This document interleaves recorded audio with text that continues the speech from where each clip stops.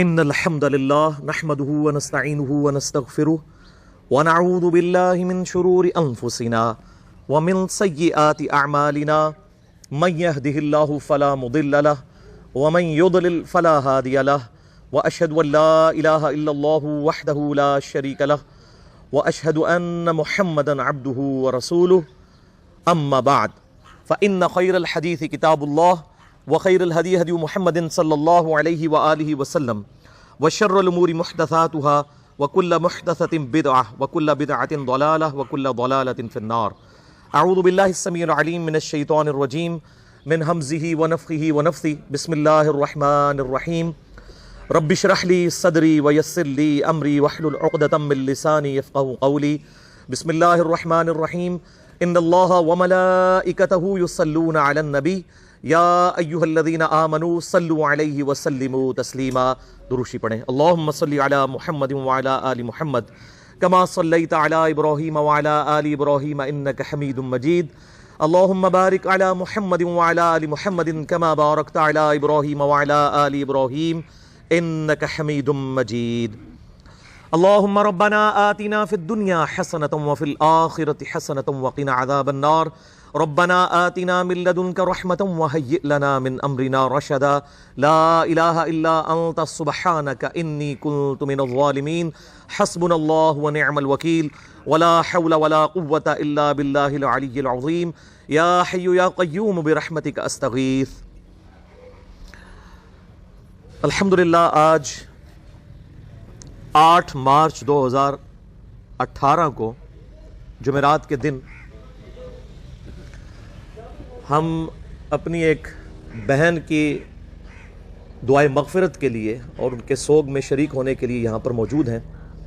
صحیح بخاری اور صحیح مسلم کی متفق علیہ حدیث ہے کہ امام کائنات سید الاولین والآخرین شفیع المذنبین رحمۃ للعالمین سیدنا و مولانا امام اعظم محمد رسول اللہ صلی اللہ علیہ وآلہ وسلم نے ارشاد فرمایا، جو عورت بھی اللہ اور یوم آخرت پر ایمان رکھتی ہے اس کے لیے یہ حلال نہیں ہے کہ 3 دن سے زیادہ کسی کی میت پر سوگ کرے سوائے اپنے شوہر کے، اور وہ 4 مہینہ اور 10 دن. تو یعنی 3 دن سے زیادہ سوگ نہیں ہونا چاہیے. تو ہماری یہ بہن بڑی ینگ ایج میں ہی اللہ کو پیاری ہوگی.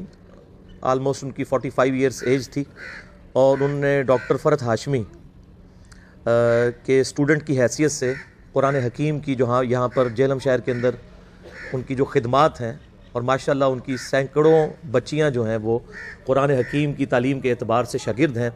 یہ ان کے لیے صدقہ جاریہ ہے. ان کی زندگی میں جو صحیح مسلم میں حدیث ہے کہ میت کو مرنے کے بعد 3 اعمال کا ثواب پہنچتا ہے.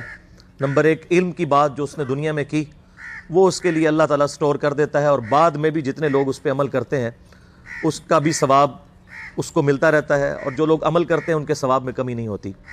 نمبر 2، صدقہ جاریہ. کسی نے اپنی زندگی میں کوئی نیکی کا کام کیا، وہ مرنے کے بعد بھی اسی طریقے سے جو جاری ہے اس کا ثواب بھی میت کو ملتا ہے. اور تیسرا، نیک اولاد جو اس کے لیے دعائیں مغفرت کرتی ہے. اور جہاں تک دعا کا تعلق ہے وہ تو قرآن حکیم میں کیٹاگوریکل مینشن ہوا ہے، ربنا اغفر لنا ولاخواننا الذین سبقونا بالایمان. اہل ایمان کی نشانی ہے کہ وہ اپنے جو مرے ہوئے بہن اور بھائی اور جو بھی ان کے رشتہ دار فوت ہو چکے ہیں ان کے مرنے کے بعد ان کے لیے دعا کرتے ہیں کہ اے اللہ ہماری بھی مغفرت فرما اور ان کی بھی مغفرت فرما، اور ہمارے دلوں میں ان کے لیے کوئی کجی باقی نہ رکھنا. تو اس اعتبار سے یہ جو محافل ہوتی ہیں سوگ کے اعتبار سے اور دعائے مغفرت کے لیے، اس میں انسان کا دل پسیجا ہوتا ہے آخرت کے پوائنٹ آف ویو سے، اور یہ ایک بڑا اچھا موقع ہوتا ہے جنازے کا یا سوگ کا کہ انسان اس میں اپنی آخرت کو بھی اور اپنی قبر کو بھی یاد کرے. اور بسا اوقات اس قسم کے جو مواقع ہیں وہ انسان کے لیے ہدایت کا سبب ہمیشہ کے لیے بن جاتے ہیں. تو اسی مناسبت سے میں نے قرآن حکیم میں آج صرف 1 رکوع کا انتخاب کیا ہے. کل 11 آیات سورہ السجدہ پارہ نمبر 21 میں، سورت نمبر ہے 32، اور آیت نمبر 12 سے لے کر 22 تک. یہ ٹوٹل 11 آیات ہیں جن کے کانٹیکسٹ میں مجھے فکر آخرت کے پوائنٹ آف ویو سے کچھ گفتگو کرنی ہے، اور انشاءاللہ ٹائملی گفتگو جو مجھے ٹائم بتایا گیا اس کے اندر انشاءاللہ مکمل کر لیں گے انشاءاللہ تعالی. اعوذ باللہ من الشیطان الرجیم بسم اللہ الرحمن الرحیم. اس ایک رکوع کے اندر اللہ تعالیٰ نے جو قیامت کے دن کا نقشہ ہے اس اعتبار سے کھینچا ہے کہ جب مجرم لوگ اپنے رب کے حضور حاضر ہوں گے تو ان پر کیا کنڈیشن گزر رہی ہوگی. اور یہ اللہ تعالیٰ کا بڑا کرم ہے کہ اس نے ہماری موت سے پہلے پہلے آخرت کی قیامت قائم ہونے سے پہلے پہلے وہ منظر قرآن حکیم کی شکل میں ہمارے سامنے کھینچ دیا ہے، اور لگتا ہے کہ بالکل آخرت کے دن کی ویڈیو چل رہی ہے، تاکہ کوئی شخص قیامت والے دن اللہ تعالیٰ کو اس بات کا گلہ نہ کر سکے کہ یا اللہ مجھے تو دنیا میں پتہ ہی نہیں چلا. یہ اتنا سیریس مسئلہ تھا کہ تیرے حضور on the day of judgment accountability ہے، اللہ کے حضور پیشی ہونی ہے، جواب دہی ہونی ہے اپنے اعمال کی. تو جو مجرم لوگ ہیں وہ اللہ کے حضور کس حال میں پیش ہوں گے، اور اس کے سائملٹینیس کنٹراسٹ جو اہل ایمان ہیں ان کی قیامت والے دن کیا کنڈیشن ہوگی. اللہ کے حضور پیشی کے وقت ان دونوں چیزوں کو اللہ تعالیٰ نے سورہ السجدہ کے دوسرے رکوع میں آیت نمبر 12 سے لے کر 22 تک ایڈریس کیا ہے. اعوذ باللہ من الشیطان الرجیم. وَلَوْ تَرَىٰ إِذِ الْمُجْرِمُونَ نَاكِسُو رُؤُوسِهِمْ عِنْدَ رَبِّهِمْ. اور اے محبوب صلی اللہ علیہ وآلہ وسلم، کاش تم وہ وقت دیکھ لو جب مجرم لوگ اپنے رب کے حضور قیامت کے دن سر جھکائے ہوئے کھڑے ہوں گے. ربنا ابصرنا وسمعنا، اور کہیں گے اے ہمارے رب ہم نے اپنی آنکھوں سے دیکھ لیا اور یہ سارے کا سارا منظر سن بھی لیا. فرجعنا نعمل صالحا، پس ہمیں ایک دفعہ دنیا میں دوبارہ بھیج دے، ہم نیک اعمال کریں گے. انا موقنون، بے شک ہمیں یقین آ گیا کہ قیامت کا دن حق ہے. اے اللہ ایک دفعہ دنیا میں دوبارہ ہمارا جانا ہو، ہم بالکل اپنے اعمال کو سدھار لیں گے اور نیک اعمال اختیار کریں گے. اے اللہ ایک چانس ہمیں دے دے، دوبارہ دنیا میں بھیج دے، ہمیں یقین آ گیا. لیکن دیکھ کر مانا تو کیا مانا؟ سورۃ الملک میں اللہ تعالیٰ نے فرمایا ان الذین یخشون ربہم بالغیب، بے شک جو لوگ بن دیکھے اپنے رب سے ڈرتے ہیں، لہم مغفرۃ و اجر کبیر، ان کے لیے مغفرت اور بڑا اجر ہے. دیکھ کے تو سب نے مان لینا، بغیر دیکھے ماننے پر ہی جنت ہے. یہاں پر دیکھیں یہ مجرم لوگ کیا کہیں گے؟ ربنا ابصرنا وسمعنا، اے رب ہمارے ہم نے دیکھ لیا اپنی آنکھوں سے، سن بھی لیا. فرجعنا، پس ہمیں دوبارہ بھیج دے. نعمل صالحا، ہم دنیا میں جا کر نیک اعمال اختیار کریں گے. انا موقنون، بے شک ہمیں یقین آ گیا کہ قیامت کا دن حق ہے. لیکن یہ اللہ تعالیٰ نے ایک عجیب معاملہ رکھا ہے. انسان کو اتنے پردے میں رہتے ہوئے بھی اللہ تعالیٰ اپنی قدرتوں سے عیاں ہے. اتنا ظاہر ہے کہ اللہ سے زیادہ ظاہر کوئی چیز نہیں، اور اتنا باطن ہے کہ اللہ سے چھپی ہوئی زیادہ کوئی اور شے نہیں. لیکن اللہ تعالیٰ نے اپنے انبیاء اکرام علیہم السلام اور کتابوں کے ذریعے مرنے سے پہلے پہلے انسان کو آخرت کے دن کی جو جواب دہی ہے اس کی نقشہ کشی قرآن حکیم کے اندر کر دی ہے.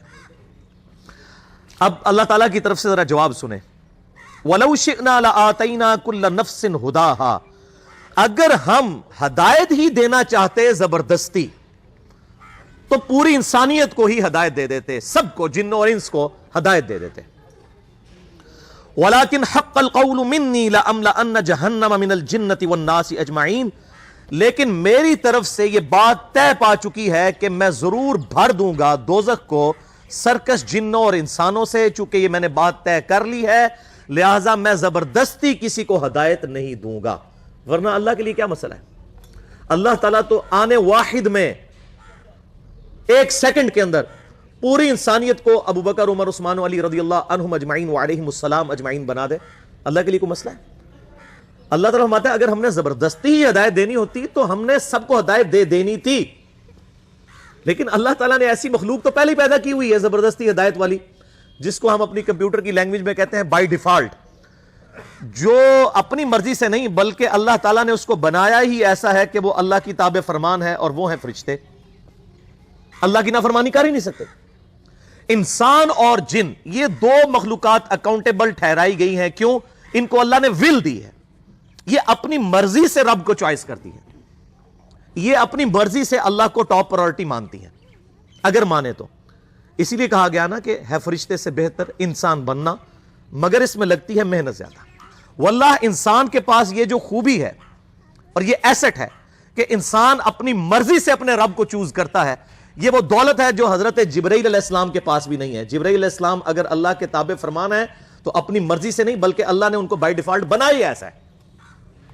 انسان تو ان تمام حالات و واقعات میں اپنے رب کو چوز کرتا ہے، اور یہی چیز تو اللہ کو پسند ہے۔ اسی لیے دیکھ لیں، جنت فرشتوں کے لیے نہیں ہے، انسانوں کے لیے، اپنی مرضی سے۔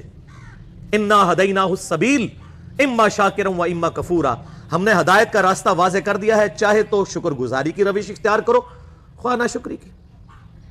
اللہ تعالیٰ نے انسان کو دنیا کے اندر اختیار دے دیا، لیکن اس کائنات کی سب سے اہم ترین، سب سے ایلیٹ چیز جو ہے وہ ہدایت ہے۔ یہ آپ کو فٹ پاتھ پہ راہ چلتی ہوئی نہیں ملے گی، بلکہ محنت کرنی پڑے گی۔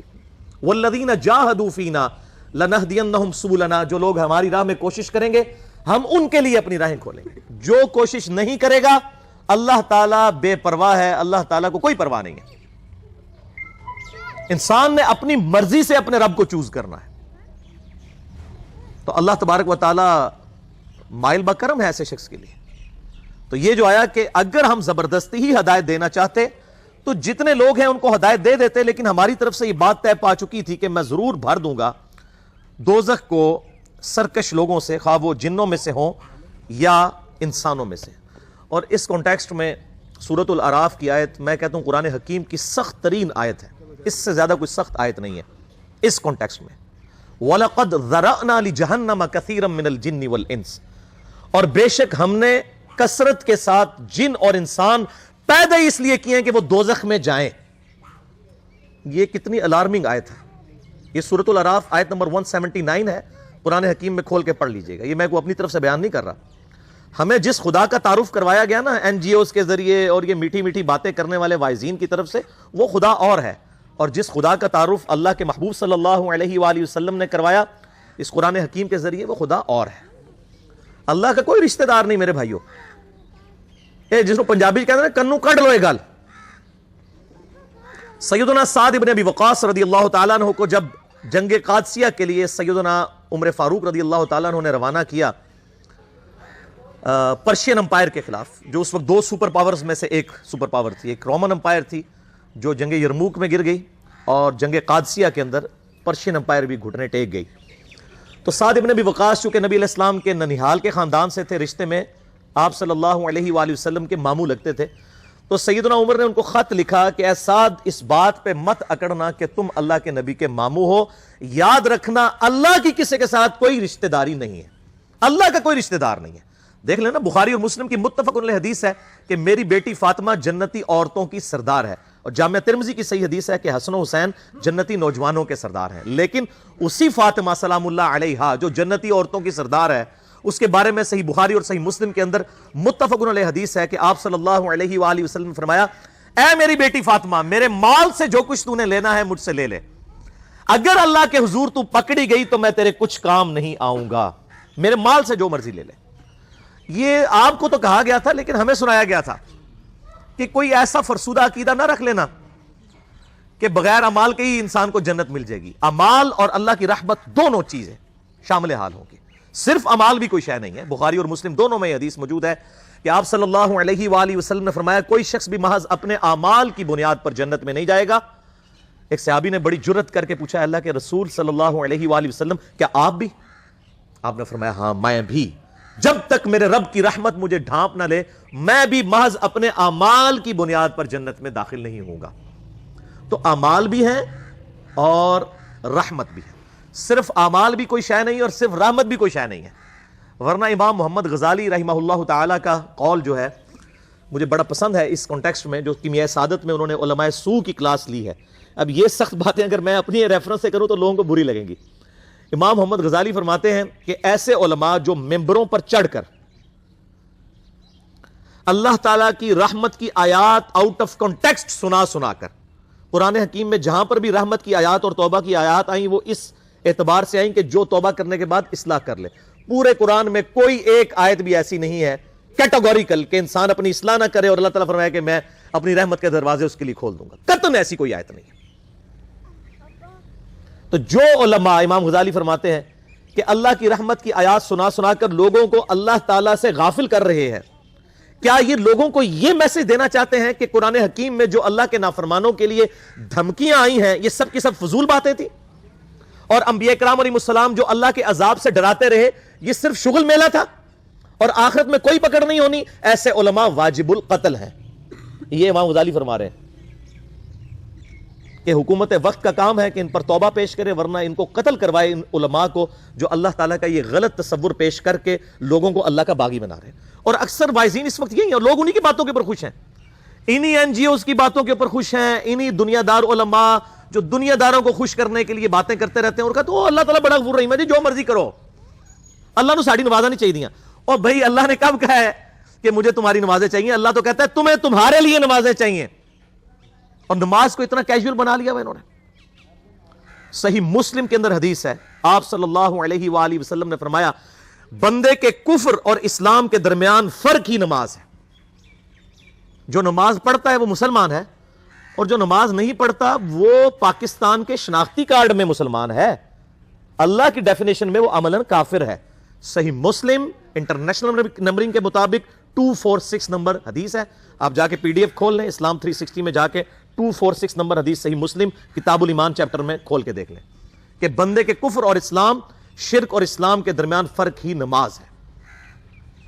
آپ بے شک اپنے آپ کو مسلمان کلیم کرتے رہیں، لیکن وہ شناختی کارڈ والا مسلمان ہے، نکاح طلاق والا مسلمان ہے، اس کا جنازہ بھی پڑھ دیا جائے گا، پیدا ہوگا اذان بھی دے دی جائے گی، اللہ کے حضور وہ مسلمان نہیں ہے، وہ بس کلمے کا ہی ہم احترام کرتے ہیں، ادروائز تو عملاً کافر ہے وہ۔ اسی طریقے سے جامعہ ترمذی میں حدیث ہے، سنن نسائی کے اندر حدیث ہے، سنن ابن ماجہ کے اندر حدیث ہے کہ آپ صلی اللہ علیہ وآلہ وسلم نے فرمایا جس نے نماز چھوڑ دی گویا اس نے کفر کیا، من ترک الصلاۃ متعمدا فقد کفر۔ اب اس سے زیادہ اور کیا سخت بات کی جائے کہ کسی کو یقین آئے کہ جس نے جان بوجھ کے نماز چھوڑ دی اس نے کفر کیا۔ اب جان بوجھ کے یہ نہ سمجھیے گا کہ جی میں بال بچیاں دے یہ کمائی کرتا رہنا تھا منو ٹائم نہیں ملتا۔ جان بوجھ کی ڈیفینیشن بھی نبی علیہ السلام نے بخاری اور مسلم میں موجود ہے کہ اگر کوئی شخص بے ہوش ہو جاتا ہے یا سویا رہ جاتا ہے، یہ دو آپشنز ہیں، یا تیسرا آپشن ہے وہ بھول جاتا ہے، تو جیسے یاد آئے اسی وقت وہ والی نماز پڑھ لے۔ لیکن جو شخص دنیا کو ٹاپ پرائورٹی مانتا ہے، اپنا آفس چھوڑنے کے لیے تیار نہیں، اپنا کلینک چھوڑنے کے لیے تیار نہیں ہے، اور اپنی دکان چھوڑنے کے لیے تیار نہیں ہے نماز کے لیے، تو ظاہر ہے کہ وہ تو اپنے آپ کو دھوکہ دے رہا ہے۔ اللہ تعالیٰ تو اپنے معاملات کے اندر بالکل اسٹریٹ فارورڈ ہے، بالکل یہ ذہن میں رکھ لیں۔ جامعہ ترمذی میں صحیح سند کے ساتھ موجود ہے، عبداللہ بن شفیق تابعی رحمہ اللہ تعالیٰ کہتے ہیں کہ صحابہ کرام علیہم رضوان صرف نماز کے چھوڑنے کو ہی اعمال میں سے کفر سمجھتے تھے، یعنی وہ کسی کو نماز پڑھتا ہوا دیکھتے تھے تو کہتے تھے یہ مسلمان ہے، اور کسی کو نماز پڑھتا ہوا نہیں دیکھتے تھے تو وہ کہتے تھے یہ کافر ہے۔ یہ جامعہ ترمذی ہے، یہ کوئی سٹوری بک نہیں میں سنا رہا آپ کو۔ مسند احمد میں صحیح سند کے ساتھ حدیث ہے، نبی صلی اللہ علیہ وآلہ وسلم نے معاذ ابن جبل سے فرمایا معاذ اللہ کے ساتھ کسی کو شریک نہ ٹھہرانا، خواہ تمہارے ٹکڑے ٹکڑے کر دیے جائیں، تمہیں سولی پہ چڑھا دیا جائے، تمہیں آگ میں جلا دیا جائے، اللہ کے ساتھ کسی کو شریک نہ ٹھہرانا، اور معاذ نماز بھی نہ چھوڑنا، کیونکہ جس نے نماز چھوڑ دی اللہ تعالیٰ کے ذمہ کرم سے وہ نکل گیا، اللہ کے حضور اس کے لیے کوئی حصہ نہیں ہے جس نے نماز چھوڑ دی۔ کتنا کرٹیکل ایشو ہے۔ اور اسی طریقے سے مسند احمد میں ہی ایک اور حدیث ہے کہ آپ صلی اللہ علیہ وآلہ وسلم نے فرمایا جس شخص نے اپنی زندگی میں نماز کی حفاظت کی، قیامت والے دن وہ نماز اس کے لیے نور ہوگی، نجات ہوگی، اور اس کے حق میں دلیل ہوگی، اور جس نے نمازوں کی حفاظت نہیں کی اس کے لیے قیامت والے دن کوئی نجات، کوئی نور اور کوئی دلیل نہیں ہوگی، الٹا اس کا حشر قارون، فرعون اور ابی ابن خلف کے ساتھ ہوگا، والعیاذ باللہ تعالی۔ یہاں تو ہم کہہ دیتے ہیں یا اللہ جو کچھ بھی ہے تیرے محبوب کی امت سے ہے، یعنی اللہ ہم نے تو اپنی اصلاح کوئی نہیں کرنی، ہمیں اسی طریقے سے ہی قبول کر لیں، والعیاذ باللہ تعالی۔ اور کچھ ویسے علماء کا بھی اس میں بڑا برا کردار ہے کہ انہوں نے نماز کو بھی اتنا مشکل فرض بنا کے پیش کیا ہے کہ ایک عام آدمی کے لیے، اور جو دنیاوی معاملات کے اندر بھی انوالو ہے، اور کسی ایسی عورت کے لیے جس کے کئی بچے ہیں، مطلب اس روٹین کے اندر اس نماز کو مینج کرنا مشکل ہو جاتا ہے۔ ہمیں تو عشاء کی صرف 17 رکعتیں بتا دی گئی ہیں، حالانکہ 24 گھنٹے کے اندر ٹوٹل نماز کی رکعتیں 17 ہیں جن کی اکاؤنٹیبلٹی ہے۔ اور میں یہ بڑے یعنی وثوق کے ساتھ ایک ذمہ دار مبلغ کی حیثیت سے یہ بات کر رہا ہوں۔ آپ صحیح بخاری اور صحیح مسلم کھول کے دیکھ لیں، فرض نمازوں کی تعداد جو ہے وہ 5 آئی ہے، اور ان کی رکعتوں کی تعداد بھی بیان ہو گئی ہے۔ فجر کے 2 فرض، ظہر کے 4 فرض، عصر کے 4، مغرب کے 3 اور عشاء کے 4، اور سفر میں سارے 2 فرض ہیں، مغرب کے 3، یہ ٹوٹل 17 رکھتے ہیں جن کی اکاؤنٹیبلٹی ہے۔ باقی جنہ گڑ پاؤ گے انہ میٹھا ہے، وہ ساری نفلی عبادت ہے۔ وہ بخاری اور مسلم دونوں میں حدیث ہے، جس نے فرض کے علاوہ 12 رکعتوں میں استقامت کی، اور وہ 12 رکعتیں آپ صلی اللہ علیہ وآلہ وسلم نے پڑھ کے بھی بتائیں، اور امہات المومنین میں سے سیدہ عائشہ نے، سیدہ ام سلمہ نے، سیدہ ام حبیبہ رضی اللہ عنہن نے روایت بھی کی کہ 2 فجر سے پہلے، 4 ظہر سے پہلے، 2 ظہر کے بعد، 2 مغرب کے بعد، 2 عشاء کے بعد، یہ 12 سنت موقدہ، جس نے یہ پڑھی اسے جنت میں محل ملے گا۔ اگر کوئی نہیں پڑھتا تو گنہگاری والا معاملہ کوئی نہیں ہے۔ اسی طریقے سے اس کے علاوہ ایک اور وتر کی نماز ہے جو سنت موقدہ ہے، وہ سیدنا مولا علی رضی اللہ تعالیٰ عنہ علیہ السلام کا قول ہے کہ وتر سنت ہے، سنت ہے، سنت ہے، مگر اسے مت چھوڑو۔ ہے سنت ہے لیکن تاکیدی ہے۔ آپ صلی اللہ علیہ وآلہ وسلم نے سفر میں بھی وتر اور فجر کی 2 سنتیں پڑھی ہیں، لیکن یہ صرف افضلیت کے اعتبار سے تاکیدی ہیں، ان کی کاؤنٹیبلٹی کوئی نہیں ہے۔ البتہ یہ ضرور ہے، سنن ابی داؤد میں ایک حدیث ہے کہ جس کی قیامت والے دن فرضوں میں کوتاہی نکل آئے گی تو اللہ تعالیٰ فرمائے گا میرے بندوں کی جو نفلی اور سنت عبادت ہے اس کو تول لو اور فرضوں کے ایکویلنٹ قبول کر لو۔ تو آپ اگر یعنی سنتیں پڑھیں گے تو اس کے ایکویلنٹ نفلوں کی کوتاہی پوری ہو جائے گی، ادروائز اکاؤنٹیبلٹی اس کی کوئی نہیں ہے، یہ ذہن میں رکھیے گا۔ صحیح بخاری اور مسلم دونوں میں حدیث موجود ہے، ایک صحابی آئے، انہوں نے کہا یا رسول اللہ صلی اللہ علیہ وآلہ وسلم میں جنت میں جانا چاہتا ہوں، مجھے کوئی شارٹ کٹ بتا دیں۔ آپ صلی اللہ علیہ وآلہ وسلم نے فرمایا اسلام لانے کے بعد نماز، فرض نماز کو قائم رکھ، پھر فرمایا فرض زکوٰۃ ادا کر، فرض روزے دے، روزے جو ہیں وہ ان کو ادا کر اور روزے رکھ۔ حج اس وقت فرض نہیں ہوا تھا، وہ زندگی میں ایک بار ہے۔ تو اس نے کہا یا رسول اللہ صلی اللہ علیہ وآلہ وسلم جتنا آپ نے مجھے بتایا نہ میں اس میں ایڈ کروں گا نہ اس میں سے کوئی چیز مائنس کروں گا، اور یہ کہہ کے وہ چلا گیا۔ آپ صلی اللہ علیہ وآلہ وسلم نے فرمایا اگر کسی نے کسی جنتی شخص کو دیکھنا ہے تو اس کو دیکھ لو، جو یہ کہہ کے گیا کہ میں فرض نماز سے زیادہ کوئی نماز نہیں پڑھوں گا، صرف فرض روزہ ہی رکھوں گا، فرض زکوٰۃ ہی دوں گا۔ اب روزہ اور زکوٰۃ میں تو ہمارے علماء کو اور عام پبلک کو بھی جو دیندار لوگ ہیں ان کو ہضم ہوتی ہے کہ کوئی شخص یہ نہیں کہتا کہ بھئی پیر اور جمعرات کا روزہ، صحیح مسلم میں حدیث ہے کہ آپ صلی اللہ علیہ وآلہ وسلم کے نفلی روزوں کی یہ روٹین تھی۔ کوئی آپ کو یہ نہیں کہے گا کہ جس نے جمعرات اور پیر کا روزہ نہ رکھا اس کے رمضان کے روزے ہی قبول نہیں ہوں گے، کوئی کہتا ہے؟ کیونکہ ان کو پتہ وہ نفلی ہے۔ اسی طریقے سے زکوٰۃ تو صرف 2.5% ہے نا، باقی تو نفلی صدقات ہیں جتنے مرضی دیں۔ کوئی شخص نہیں کہتا کہ نفلی صدقہ نہ دیا تو آپ کی زکوٰۃ بھی قبول نہیں ہوگی، الٹا یہ کہتے ہیں اور بس جی زکوٰۃ دے لو تو باقی سارا مال پاک ہے۔ لیکن جب فرض نماز کی باری آتی ہے تو اس وقت وہ 12 رکھتے ہیں بھی، سنت موقدہ بیچ میں گھسیٹ دیتے ہیں، وہ بھی صرف فضیلت ہے۔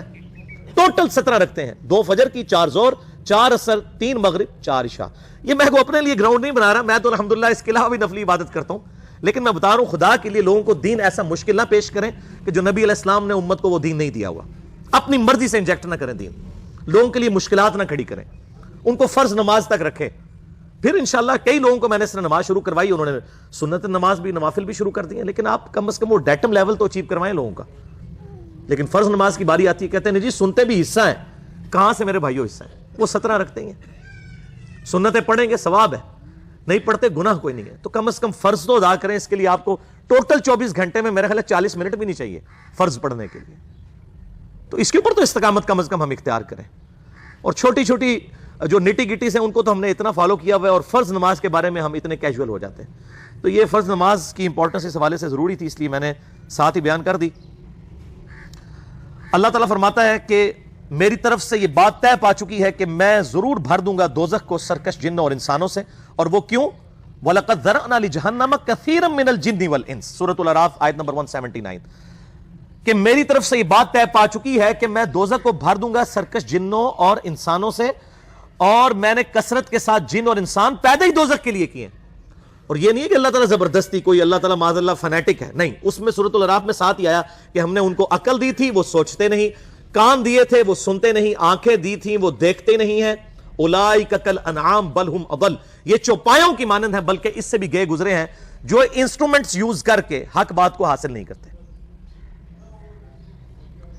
تو یہ اللہ تعالیٰ زبردستی نہیں کرے گا بلکہ انسان اپنی مرضی سے اپنی دوزخ کما رہا ہوگا، اور نظر بھی آ رہا ہے ہمیں کثرت کے ساتھ جن اور انسان دوزخ میں جا رہے ہیں۔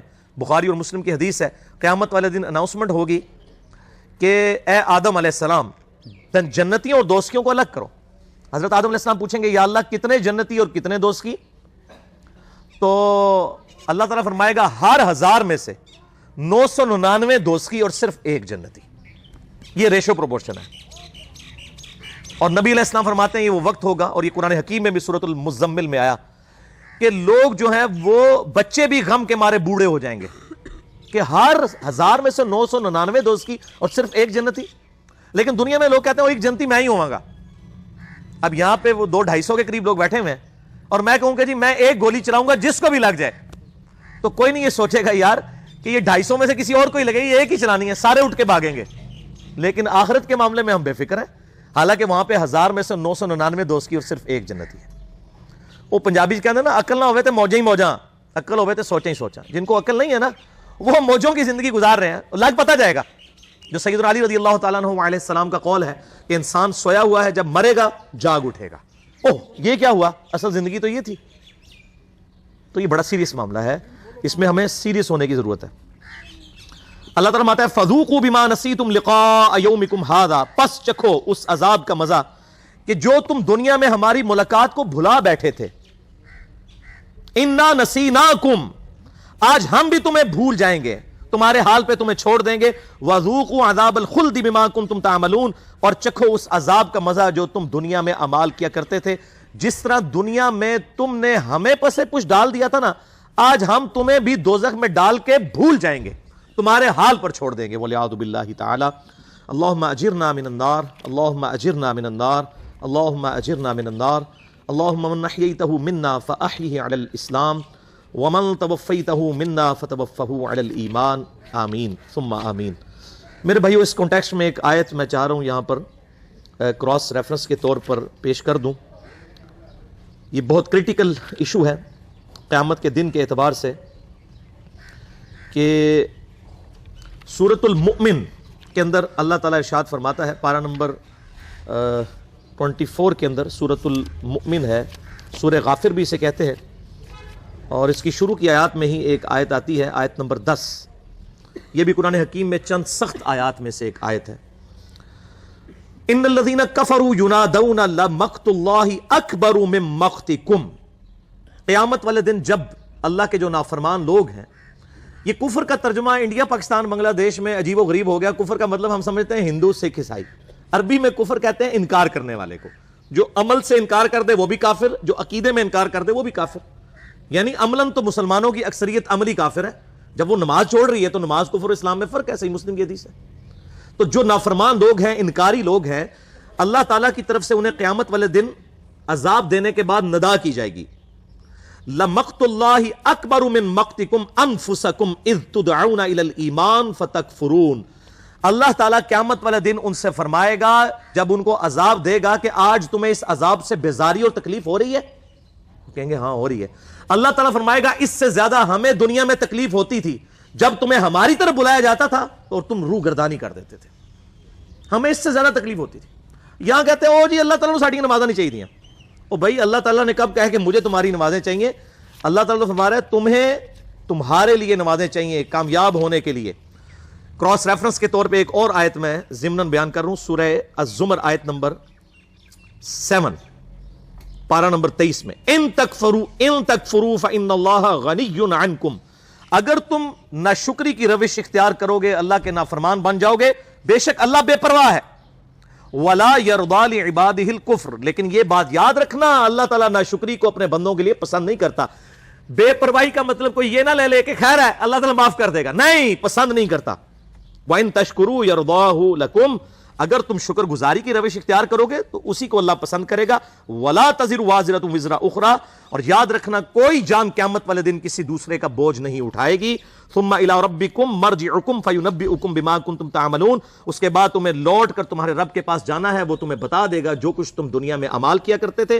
إِنَّهُ عَلِيمٌ بِذَاتِ الصُّدُورِ, بے شک اللہ تعالیٰ سینوں کے چھپے ہوئے رازوں کو بھی جاننے والا ہے. یہ بڑا کریٹیکل ایشو ہے, اس مسئلے کو سمجھ لیں.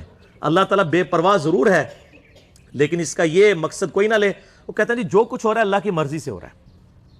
یہ جملہ ہی غلط ہے, اللہ کی مرضی سے نہیں ہو رہا. اللہ کیا یہ چاہتا ہے کہ لوگ جو ہیں وہ نمازیں چھوڑیں, یا لوگ حرام خوریاں کریں, یا لوگ ناحق اپنے رشتہ داروں کا مال دبا لیں, یا لوگ ناحق یتیموں کے اوپر ظلم کریں؟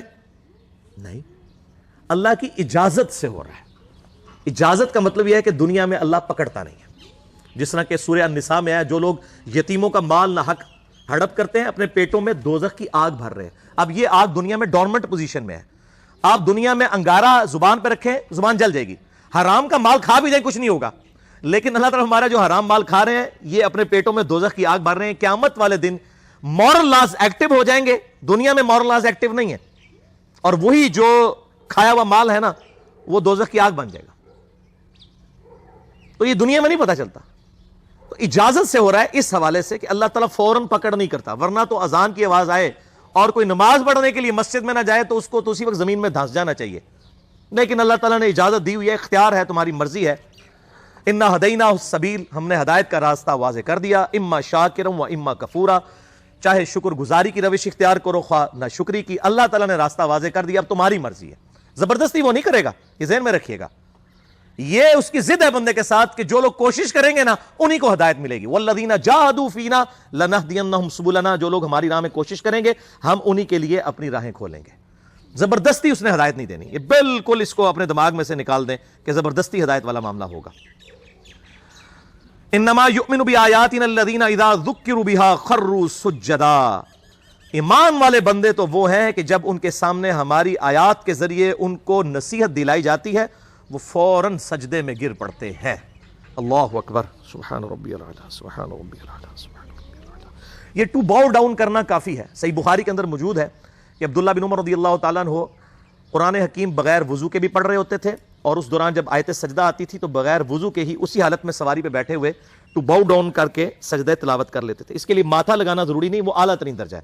اگر آپ قرآن پڑھتے ہوئے یہ سجدہ ہے اور آپ یوں کر لیتے ہیں تو یہ سجدہ تلاوت ادا ہو جائے گا.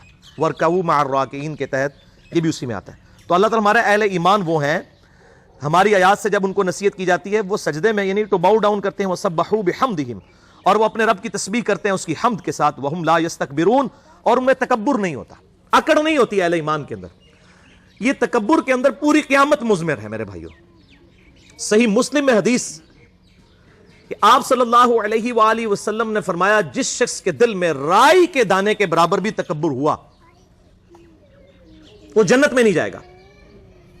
ایک صحابی نے عرض کی یا رسول اللہ صلی اللہ علیہ وآلہ وسلم, بسا اوقات ہمارا دل کرتا ہے کہ ہمارے کپڑے خوبصورت ہوں, ہماری جوتیاں خوبصورت ہوں, ہم اچھے دکھیں, کیا یہ بھی تکبر ہے؟ تو آپ صلی اللہ علیہ وآلہ وسلم نے فرمایا یہ تکبر نہیں ہے, بلکہ اللہ بھی خوبصورت ہے اور خوبصورتی کو پسند فرماتا ہے. تکبر یہ نہیں ہے کہ تم اچھا لباس پہنو یا اچھی جوتیاں پہنو یا اچھے دکھو, بلکہ تکبر یہ ہے کہ تم حق بات سے اناد کر دو اور دوسروں کو حقیر سمجھو. یعنی کسی شخص پہ حقیقت کھل گئی کہ نماز پڑھے بغیر میں مسلمان نہیں ہوں, اب پھر بھی وہ اکڑا ہوا ہے, وہ ہے متکبر. اگر کسی نے اچھے کپڑے پہنے ہوئے ہیں لیکن اس کے باوجود وہ دوسروں کو حقیر سمجھ رہا ہے تو متکبر ہے, اور اگر وہ اچھے کپڑے پہن کے دوسروں کو حقیر نہیں سمجھ رہا کوئی متکبر نہیں ہے. حق بات سے اناد کرنا, اس سے روگردانی کرنا, یہ اصل تکبر ہے. ایک بندے کو صحیح بخاری اور صحیح مسلم سے نماز کا طریقہ کھول کے بتا دیا کہ میرے بھائیوں نبی صلی اللہ علیہ وآلہ وسلم اس طریقے سے سنت کے مطابق نماز پڑھتے تھے کہ رکوع میں جاتے وقت اور رکوع سے اٹھتے وقت رفع الیدین کرتے تھے. اور وہ کہ نہیں ساڑھے بزرگ پاگل سے, انہوں نے نہیں پتا لگا. بھائی بزرگ اللہ کے پاس چلے گئے, وہ اپنے اعمال کے جواب دہی خود کریں گے. ہمارے سامنے جو کتاب و سنت کے دلائل ہیں ہم نے تو اس کے سامنے سر تسلیم خم کرنا ہے, نہ کہ ہم نے کسی اور کو دیکھنا ہے. ہمارے لیے تو آئیڈیل ہمارے محبوب صلی اللہ علیہ وآلہ وسلم کی مبارک ذات ہے, نہ کہ کسی دنیا دار شخص کی یا ہمارے آباء و اجداد ہمارے لیے آئیڈیل ہے. لقد کان لکم فی رسول اللہ اسوۃ حسنہ, بے شک رسول اللہ صلی اللہ علیہ وآلہ وسلم کی زندگی میں تمہارے لیے بہترین نمونہ ہے. الحمدللہ. تو یہ تکبر کی میں نے ڈیفینیشن بھی بتا دی اس حوالے سے. اللہ تعالیٰ فرماتا ہے دنیا میں ان کی حالت کیا تھی, تتجافا جنوبہم عن المضاجع یدعون ربہم خوفا وطمعا. ہمارے نیک بندے وہ تھے کہ ان کی پیٹھیں جو ہیں وہ اپنی خوابگاہوں سے اپنے بستروں سے الگ رہتی تھیں, اور وہ خوف اور لالچ میں ہمیں پکارا کرتے تھے. خوف کس کا؟ آخرت کے دن کا. اور لالچ کس کی؟ جنت کی لالچ. اور یہ جو صوفیاء کے ہاں ایک بڑی مشہور بات آئی اور سیدنا علی کی طرف بھی یہ جھوٹا قول منسوب کیا گیا کہ میں اللہ کے خوف یا جنت کی لالچ میں عبادت نہیں کرتا, یہ بالکل جھوٹ ہے. یہ تو قرآن کے خلاف ہے. یہ آیت دیکھ لیں کہ اہل ایمان کی نشانی ہے کہ وہ اللہ سے خوف بھی کھاتے ہیں اور اللہ سے لالچ بھی رکھتے ہیں جنت کی. مجھے بتائیں جنت کی لالچ کس نے دی ہے؟ اللہ نے. اب کوئی شخص کہتا ہے مجھے جنت نہیں چاہیے, تو وہ کس کو نگیٹ کر رہا ہے؟ اللہ کو. دوزخ کا ڈر کس نے سنایا؟ اللہ نے. اگر وہ کہتا ہے جی مجھے دوزخ کا ڈر نہیں اور عجیب و غریب قسم کی باتیں کرتا ہے, یہ کتاب و سنت کی تعلیمات میں یہ باتیں نہیں ہیں, آپ کی جذباتی ڈاکٹرائن ہے, جذباتی جملے ہیں, ان کی کوئی حقیقت نہیں ہے, یہ صرف جذباتی باتیں. اہل ایمان جو ہے وہ تو اللہ تعالیٰ نے سورۃ الفرقان میں فرمایا کہ اہل ایمان تو دعا کرتے ہیں ربنا اصرف عنا عذاب جہنم ان عذابہ کانا غراما، اے رب ہمارے ہم سے دوزخ کا عذاب پھیر دے، بے شک دوزخ کا عذاب تو ہمارے گلے کا پھندا بن چکا ہے، یہ لٹکتی ہوئی تلوار ہے ہمارے سر کے اوپر، اے اللہ ہمیں دوزخ سے رہائی عطا فرما دے۔ یہاں پہ کہتے ہیں جی دوزخ کا ڈر نہیں، جنت کی لالچ نہیں ہے۔ اور اللہ تعالیٰ کیا فرما رہے ہیں کہ اہل ایمان خوف بھی رکھتے ہیں اور امید بھی، وَمِمَّا رَزَقْنَاهُمْ يُنْفِقُونَ، اور ہمارے دیے ہوئے مال میں سے ہماری راہ میں خرچ کرتے ہیں۔ ظاہر ہے جیب وہی ڈھیلی کرے گا جسے آخرت کے ڈیوائن بینک کی امید ہوگی کہ دنیا میں جو کچھ جو ہے وہ خرچ کر رہا ہوں وہ اللہ کے ڈیوائن بینک میں سٹور ہو رہا ہے، اللہ تعالیٰ مجھے 700 گنا اس سے بھی بڑھ کر لوٹائے گا انشاءاللہ۔ فَلَا تَعْلَمُ نَفْسٌ مَا أُخْفِيَ لَهُم مِّن قُرَّةِ أَعْيُنٍ، پس کسی جان کو نہیں پتا جو کچھ اللہ تعالیٰ نے اس کی نفس کی خواہش والی چیزیں چھپا کے رکھی ہیں، من قرۃ اعین، ان کی آنکھوں کی ٹھنڈک کے لیے جنت میں، جزاء بما كانوا يعملون، جزا ان اعمال کے بدلے میں جو وہ دنیا میں کیا کرتے تھے۔ اللہ تعالیٰ فرماتا ہے کوئی جان نہیں جانتی کہ اللہ تعالیٰ نے جنت میں اس کے لیے کیا کیا نعمتیں تیار کر رکھی ہیں ان کی آنکھوں کی ٹھنڈک کے لیے۔ اور اسی کانٹیکسٹ میں بخاری اور مسلم دونوں میں حدیث ہے کہ آپ صلی اللہ علیہ وآلہ وسلم نے سورہ سجدہ کی یہی آیت تلاوت کی اور پھر فرمایا کہ کوئی شخص نہیں جانتا کہ اللہ تعالیٰ نے اس کے لیے جنت میں کون کون سی نعمتیں چھپا رکھی ہیں، اور پھر فرمایا کہ ایسی ایسی نعمتیں چھپا رکھی ہیں جو نہ کسی آنکھ نے دیکھی، نہ کسی کان نے سنی، نہ کسی کے دل پہ ان کا کھٹکا گزرا۔ اور پھر آپ صلی اللہ علیہ وآلہ وسلم نے یہی آیت تلاوت کی، لیکن ساتھ یہ ہے اعمال کے بدلے میں۔ دودھ پینے والے مجنون نہیں چاہیے، اعمال کرنے والے۔ افمن کان مؤمنا کمن کان فاسقا، بھلا بتاؤ جو اللہ کی بات ماننے والا ہے اور جو نہیں ماننے والا وہ برابر ہو سکتے؟ لا یستوون، وہ برابر نہیں ہو سکتے۔ اما الذین آمنوا وعملوا الصالحات، جو لوگ ایمان لے کر آئے اور انہوں نے نیک اعمال کیے، فلہم جنات المأویٰ، ان کے لیے ہمیشہ کی جنتیں ہیں، نزلا بما كانوا يعملون، اور یہ بدلہ ہوگا ان کے اعمال کا۔ اب یہ دیکھیں بار بار بات آ رہی ہے اعمال اعمال اعمال، صرف دعائیں کرنے سے کچھ نہیں بننا اور صرف محبت کا اظہار کرنے سے کچھ نہیں ہونا، اعمال بھی اختیار کرنے ہیں۔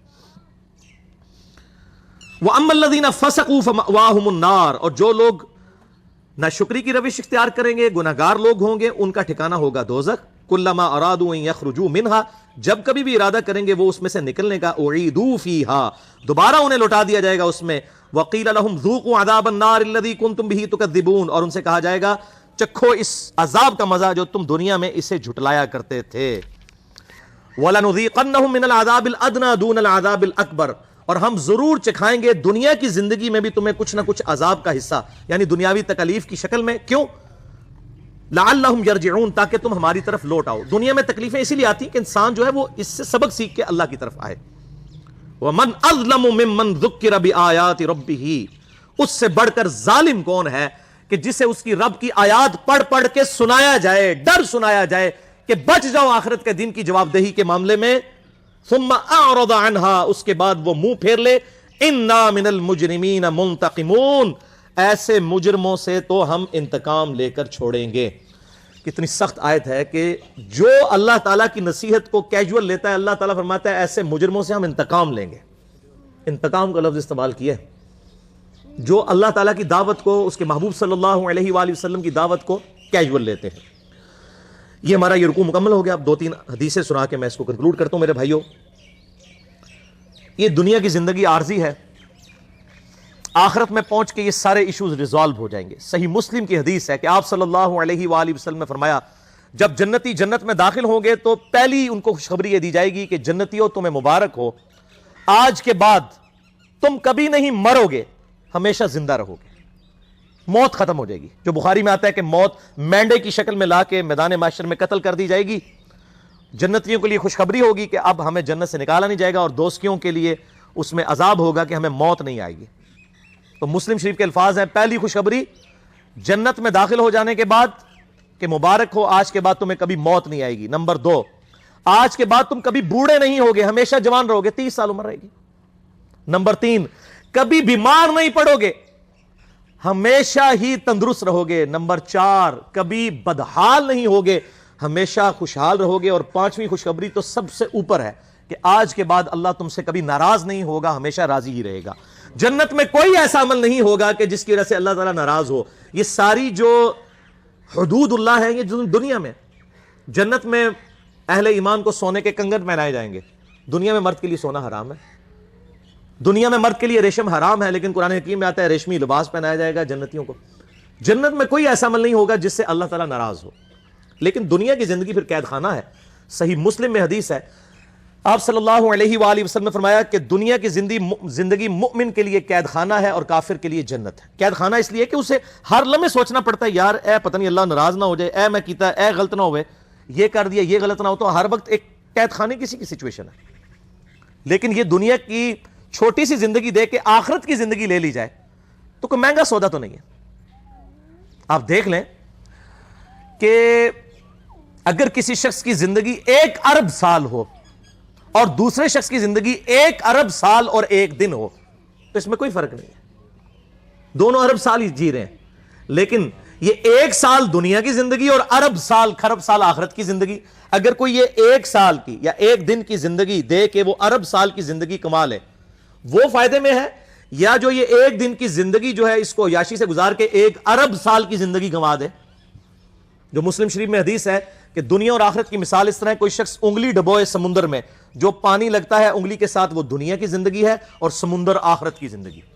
تو اصل تو ناکام وہ ہے, لیکن یہ معاملہ بڑی مشکل سے سمجھ آتا ہے. صحیح مسلم میں ہی ایک حدیث ہے, صحیح مسلم کا جنت والا چیپٹر ضرور پڑھیں, آپ کو یہ ساری چیزیں مل جائیں گی, کہ آپ صلی اللہ علیہ وآلہ وسلم نے فرمایا اللہ تعالیٰ نے جنت کو جو ہے وہ ناگوار چیزوں سے ڈھانپ رکھا ہے. یعنی جنت تک پہنچنے کے لیے آپ کو بڑی ناگواری کی زندگی گزارنی پڑے گی, گرمیوں کے روزے رکھنے پڑیں گے, نمازیں پڑھنی پڑیں گی, حلال و حرام کی تمیز کرنی پڑے گی, رشتہ داروں کے ساتھ صلہ رحمی کرنی پڑے گی. تو یہ بڑی ناگوار چیزیں ہیں, یہ کرنے کے بعد جنت آئے گی. یہ آبسٹیکلز ہیں.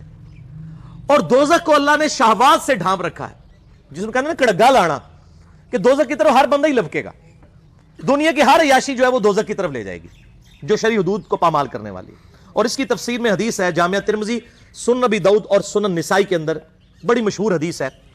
آپ صلی اللہ علیہ وآلہ وسلم فرماتے ہیں کہ جب اللہ تعالیٰ نے جنت کو پیدا کیا تو جبرائیل علیہ السلام سے کہا کہ جائے جنت وزٹ کر کے آئیں. جبرائیل علیہ السلام واپس آئے, انہوں نے کہا یا اللہ جنت تو ایسی جگہ تو نے بنائی ہے کہ یہ ساری جنت میں پہنچ جائیں گے لوگ, اس کے لیے کون کوشش نہیں کرے گا. پھر اللہ تعالیٰ نے جنت کو ناگوار چیزوں سے ڈھانپ دیا. یعنی دنیا میں شریعت کی پابندی ہیں جو بظاہر تو ناگوار چیزیں, مشکل کام ہے. پھر جبرائیل علیہ السلام کو کہا اب جا کے جنت کو دیکھیں. وہ جب جنت دیکھی نا انہوں نے کہ اتنے مشکل کام کر کے جنت تک پہنچنا ہے, ان کا یا اللہ مجھے نہیں لگتا کہ کوئی شخص اب جنت میں پہنچنے میں کامیاب بھی ہوگا. یہاں لوگ کہتے ہیں اللہ جو کچھ بھی ہے تیرے محبوب کی امت سے ہیں, یعنی اسی بندے دا پتر نہیں بننا, اسی اپنی اصلاح کوئی نہیں کرنی, این جی سانو قبول کر, یعنی چور ہیں, ٹھگ ہیں, بے ایمان ہیں, بے نمازی ہیں, جو کچھ بھی ہیں تیرے محبوب کی امت سے. اگر دنیا میں مورل لاز ایکٹیو ہوتے نا, اسی وقت سر پہ آگے جوتی پڑتی کہ محبوب صلی اللہ علیہ وآلہ وسلم کا نام لیتے ہو اور اعمال اپنے دیکھو. اچھا, اسی حدیث میں آتا ہے ابو داؤد, ترمذی اور ابن ماجہ کی, کہ پھر اللہ تعالیٰ نے جبرائیل علیہ السلام کو کہا جا کے دوزخ دیکھیں. دوزخ دیکھی, انہوں نے کہا یا اللہ کوئی شخص بھی دوزخ کے لیے کوشش نہیں کرے گا, کوئی شخص بھی دوزخ میں نہیں پہنچے گا, اتنی سخت عذاب ہے اس کا. پھر اللہ تعالیٰ نے دوزخ کو شہوات دنیاوی لذتوں کے ساتھ ڈھانپ دیا اور جبرائیل علیہ السلام سے کہا اب جا کے ذرا دوزخ کو دیکھو. جب انہوں نے دوزخ کو دیکھا, انہوں نے کہا یا اللہ مجھے نہیں لگتا کہ کوئی بندہ دوزخ سے بچ پائے گا. اللہم اجرنا من النار, اللہم اجرنا من النار, اللہم اجرنا من النار, اللہم من احییتہ منا فاحیہ علی الاسلام ومن توفیتہ منا فتوفہ علی الایمان. آخری حدیث بھی صحیح مسلم کی ہے, مجھے ضمناً یاد آ گئی اس حوالے سے کہ آپ صلی اللہ علیہ وآلہ وسلم فرماتے ہیں کہ دنیا میں جس نے اللہ کی کتاب فرمان بن کے زندگی گزاری ہوگی, مشکل کی مفلسی کی زندگی گزاری, لیکن اللہ کی نافرمانی نہیں کی, قیامت والے دن اللہ تعالیٰ فرشتوں سے کہے گا کہ اسے ذرا ایک پھیرا جنت کا لگواؤ. ایک پھیرا جنت کا ایک پھیرا لگے گا. پھر اللہ تعالیٰ پوچھے گا ہاں بھائی بندے کو دنیا میں تو نے تکلیف دیکھی؟ وہ کہے گا یا اللہ تیری عزت کی قسم میں نے دنیا میں کوئی تکلیف نہیں دیکھی. کیونکہ رزلٹ سامنے آ گیا نا. ہمیں بھی یاد ہے جب میں انجینئرنگ یونیورسٹی میں پڑھتا تھا تو ہم لوگ بڑی محنت کر کے تیاری کرتے تھے. جب ہمارے یعنی پوزیشن آ جاتی تھی کلاس کے اندر تو بڑے خوش ہوتے تھے. ہمیں اپنی وہ زندگی کی محنتیں یاد بھی نہیں ہیں. اس کے بعد اچھی جاب لگی تو وہ اپنی انجینئرنگ یونیورسٹی کی راتیں جاگنا اور پڑھائی کرنا یاد تک نہیں ہے, کیونکہ آسائش مل گئی نا, رزلٹ سامنے آ گیا. پھر جس نے دنیا میں بڑی مزے کی زندگی گزاری ہوگی اور اللہ کو رسپانس نہیں کیا ہوگا, اللہ تعالیٰ فرمائے گا اس کو ذرا دوزخ کا ایک پھیرا لگواؤ نا. فرشتے دوزخ کا ایک پھیرا لگوائیں گے نا. پھر اللہ تعالیٰ پوچھے گا بندے کو دنیا میں خیر دیکھی؟ وہ کہے گا اللہ تیری عزت کی قسم میں نے دنیا میں کوئی خیر نہیں دیکھی. دنیا کی ساری آسائشیں بھول جائے گا, ایک پھیرا دوزخ کا. ادھر لوگ کہتے ہیں خیر ہے جی پھیرا ہی لگے گا نا, پھر جنت ٹوری جانا ہے. یہ پھیرا کہنا بڑا آسان ہے. یہ جو لوگ یہ کہتے ہیں نا ان کو کہیں کہ آپ 1 منٹ کے لیے صرف موم بتی کے فلیم پہ ہاتھ رکھ کے بتائیں. آپ اتنے وثوق سے یہ بات کرتے ہیں. اس سے بھی بڑھ کے میں یہ بات کروں کہ اگر آپ کو کہا جائے کہ فجر کی نماز چھوڑنے پر فجر سے ظہر تک آپ کو ایک 10 بائی 10 فٹ کے کمرے میں صرف 1 پھیرا لگے گا فجر سے ظہر تک کا, جس میں 1000 کوبرا سانپ ہوں گے, 1000 بچھو ہوں گے, ایک پھیرا ہی لگنا ہے, تو تیار ہو جائے گا؟ کہاں اٹھیں گے تصور سے؟ اب آخرت چونکہ سامنے نہیں ہے نا, اس لیے کہتے خیر ہے جی پھیرا ہی لگے گا. اللہ معافی دے, ہمیں تو اللہ سے دعا کرنی چاہیے کہ اللہ تعالیٰ بلا حساب و کتاب ہمیں جنت میں داخلہ عطا فرمائے اور ہماری غلطیوں سے درگزر فرمائے. اس معاملے میں اللہ تعالیٰ سے کبھی بھی اس قسم کی بات نہیں کرنی چاہیے کہ 1 پھیرا ہی لگے گا. نہ میرے بھائیو, ہم تو 1 پھیرا کیا 1 سیکنڈ بھی برداشت نہیں کر سکتے. بخاری اور مسلم کی متفق علیہ حدیث ہے کہ آخرت کی آگ دنیا کی آگ سے 70 گنا زیادہ تیز ہے. ہم تو دنیا کی آگ برداشت نہیں کر سکتے. تو اتنے وثوق کے ساتھ اس قسم کی باتیں کرنا یہ بہت دیدہ دلیری ہے اللہ تعالیٰ کے اوپر. اس حوالے سے اللہ سے ڈرنا چاہیے. اللہ تعالیٰ سے دعا ہے جو میں نے حق بات کہی اللہ تعالیٰ ہمارے دلوں میں راسخ فرمائے, اور اگر جذبات میں میرے منہ سے کوئی غلط بات نکل گئی تو اللہ تعالیٰ ہمارے دلوں سے معاف کر دے. میرے بھائیو, یہ آج کی گفتگو بھی ہم یوٹیوب پہ, یعنی یہ ڈاکٹر صاحب کی بھی خواہش تھی, میری بھی خواہش تھی کہ اس کی ریکارڈنگ ہو جائے تاکہ لوگوں کے لیے اصلاح کا سبب بن جائے. یہ ہماری ویب سائٹ ahlsunnatpak.com ہے, آپ وزٹ کریں. اور یوٹیوب کا چینل میرے نام کے اوپر ہی ہے, انجینئر محمد علی مرزا, اس کے اوپر یہ انشاءاللہ ہماری گفتگو جو ہے وہ میں نے اس کو سوچا ہے کہ اس کی ہیڈنگ ہم رکھیں کاش میں دنیا میں واپس چلا جاتا.